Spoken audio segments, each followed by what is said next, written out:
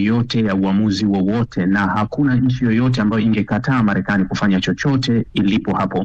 Unaweza ukachukulia mfano kama nchi ya UAE ambayo uchumi wake umejengwa zaidi na wageni kutoka nje, nchi ambayo inategemea uwekezaji zaidi kutoka nje.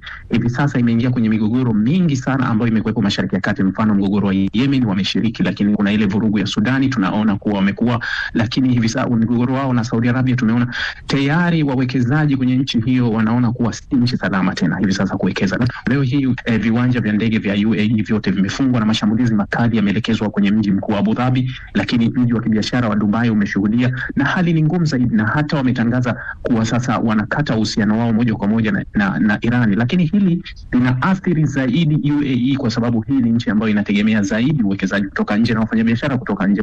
Tutarajie nini, ama hali itakuwa vipi, ama suluhu ipi ya mzozo huu? Tunachotegemea ni kwamba kutakuwa kuna aina fulani ya mapigano. Unajua kuna kushinda vita na kushinda mapigano. Changamoto kubwa ya kupigana na baadhi ya nchi ama baadhi ya sehemu kama Iran ni kwamba unaweza ukafikiri umepambana na kijeshi, lakini kile ambacho kinaweza kufanya nyuma ya pazia nacho, kwa maana ya kwamba kutumia intelligence, nafikiri ndio changamoto kubwa. Na katika ulimwengu wa sasa, katika dunia sasa ambapo kuna drone, kuna AI na vitu vingine, tumeona ambavyo vimetokea kwa Russia kutoka kwa nchi ndogo kama Ukraine. Wasiwasi wangu ni kwamba vita hii inaweza ikaenda mbali zaidi ya traditional war, vita vya asili ambavyo tumevizoea. Rahbi? Kwangu mimi naona moja ya vita ambayo itakuwa fupi zaidi.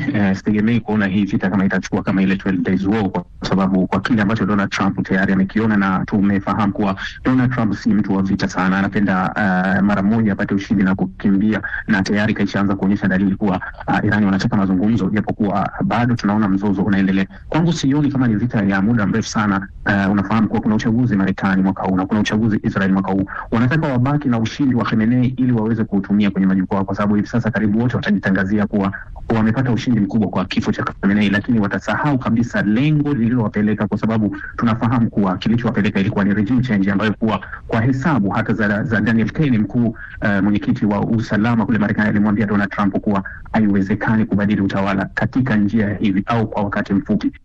Naam, ni Ibrahim Rahbi, mchambuzi wa masuala Mashariki ya Kati, na Mubelwa Bandio, mkazi na mchambuzi, kama nilivyozungumza nao katika gumzo.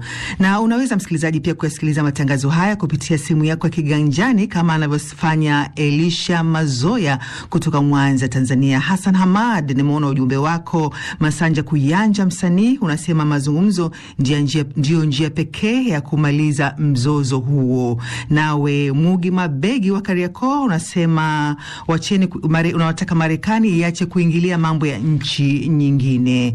Msikilizaji, unaweza pia kufuatilia katika mtandao wetu wa BBC Swahili.